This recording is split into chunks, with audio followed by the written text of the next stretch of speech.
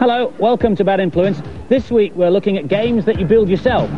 On a computer, that is. Our main review is FIFA International Soccer on the Mega Drive. We go behind the scenes at a spectacular laser show. And I'll be fighting knowledgeably with help from some clever headgear and a tame techie. But first, clear the room. This next item is top secret. Now, don't tell anybody I told you, but there's a way that you can play brilliant arcade games like this one, Super Street Fighter 2, at home without having to buy an expensive arcade machine. All an arcade machine is a bigger version of your console. The parts inside are bigger and built to last. That, for example, is probably the biggest cartridge you've ever seen. And inside it is something called a PCB, or printed circuit board, which looks like that. When a game's had its day, the arcade operator simply takes out the old PCB, repaints the cabinet, and puts in a new one. What happens to the old PCBs? Well, they're sold off cheaply, and you can play them at home if you've got one of these. It's called a Super Gun Deluxe, and it's an electronic box of tricks that lets you play arcade PCBs. You plug it in like this, plug in your joystick, and away you go. You do, though, have to have a modern television with a SCART socket, because arcade PCBs put out American standard TV. Now, obviously, you're not going to get Super Street Fighter 2 just at the moment because it's very popular, but there are some very playable classics around. R-Type 2 is well known from the SNES, but this version of R-Type 2 isn't half bad. It's not a million miles from The Last Resort on the Neo Geo, one of my favourites. This is Zex, spelled X-E-X-E-X. It's got great colour and graphic detail. And finally, an unusual one. Capcom's 3 Wonders, 3 games in 1. A puzzle game, Don't Pull, a shoot-'em-up chariot, and this one, Midnight Wanderers. Greetings, festive furtlers. Only 2 weeks till Christmas, sir. So, in a minute, I'll be showing you how to turn this pile of old junk into a beautiful Christmas crown. But first, a very tinselly cheat for Premier Manager 2 on the Amiga. On the secretary screen, dial 220-769, and you'll get a fruit machine that'll let you win all sorts of help. For example, this one says, the bad cheat. One player is made into a super dud. Hey! Right, so, here's how to make your beautiful Christmas crown. First of all, get 2 coat hangers and cover them in metal foil, like so. Then cut up some plastic bottles and stick the bits on. And then get some sparkly tinsel and carefully wrap it round your crown. And then get some bits of toilet paper and very carefully attach the bits to the middle. I think you'll agree it's looking pretty good already. Anyway, I've got one here that I made earlier. I'll just finish it off. There we are. He should have got a grown-up to help him with that last bit. Our main review is the one all footy fans have been waiting for, FIFA International Soccer on the Mega Drive. It's got a choice of 48 national sides from Cameroon to Germany. You can play friendly games, tournament matches, or make up your own league. There's even a special simulation mode, where the players tire as the match progresses. What more could any self-respecting footy fan want? Here's to Hale. This game's got everything. It looks fantastic and plays really well, and there's stacks of new options. This is England versus Germany. I'm playing as England. I think the sprites in this game are really well drawn and really well animated. The control system is a bit hard though, because if you haven't got the ball, you can't always go in the direction you want to go in. The scrolling's a bit slow. If you do a long shot, the screen doesn't always catch up with you in time. The crowds are really well animated, and they've got digitised shouts, so it really adds atmosphere. This is a corner kick to Germany. You can either let the computer control the goalies, or you can do it yourself, but it's best to let the computer do it, because it's virtually impossible if you do it yourself. One of the really good things about this game is the 4-player option, which is brilliant.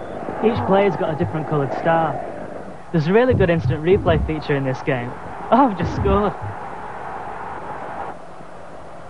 You can watch the replay forwards or backwards at normal speed or in slow motion.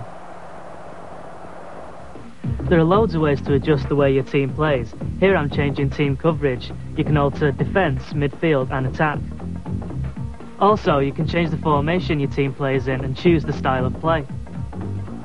This is the best soccer game ever. If you like football, you've got to have it. This is the most playable football game yet. It's definitely on my Christmas list. The graphics and gameplay are excellent. It's just packed full of new ideas. And so the final scores for FIFA International Soccer. Girls, 5. Boys, 5. Liverpool, 1. Manchester United, 273. If you're thinking of buying a Mega Drive multiplayer game, there are some things you should know before you buy your hardware.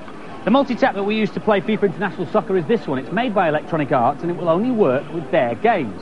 Sega have their own multi-tap, this one, but that will only work with Sega in-house games. So you couldn't play FIFA International Soccer on this one. Confusing? It certainly is. However, all SNES multi-taps, of which this is an example, will play all SNES multiplayer games. So the whole family can join in, and then perhaps Mum and Dad will realise that instead of being something to complain about, computer games are actually quite good fun to play. Now, earlier this year, when the weather was considerably warmer, considerably friendlier, and before the football season had even started, Violet went to Walsal to find out how a laser show is produced. This is the life. I love messing about in boats. Mind you, I'm the only person in the park who isn't rushed off their feet. Everybody else is getting ready for tonight's dress rehearsal.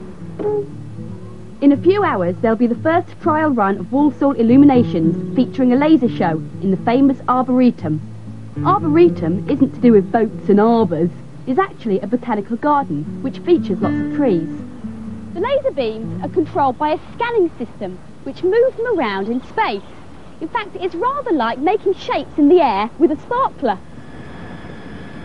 This is one of the two lasers which they're using tonight. The laser produces an intense beam of light with a limited range of colours, which are controlled by a filter. So how do they make patterns? Well, they move the beams using very small mirrors, which move very quickly. Once the shapes have been programmed into the control panel's microprocessor, the moves can be tested individually. I asked Patty DeVoe, the laserist, why they'd set up lasers on both sides of the lake. It gives a sort of 3D effect when you get the smoke coming in the back of it. It's a bit like a sort of tube of light coming out from the laser scanning head. And it just looks a lot better. Still a bit far. The laser show has been choreographed to match the music sequences. One of them features moving images of the Thunderbird team, which were digitised in by the programmers. Is that stars in? Yeah. Lady Penelope's a bit off-centre still. They were then burnt into a customised microprocessor, a bit like a game cartridge, to control the computer. But it's dead easy to make changes to the computer program on site. This cassette holds the music for tonight's show, plus all the coded instructions for the lasers. So all we have to do now is wait for night to fall. 5, 4, 3, 2, 1.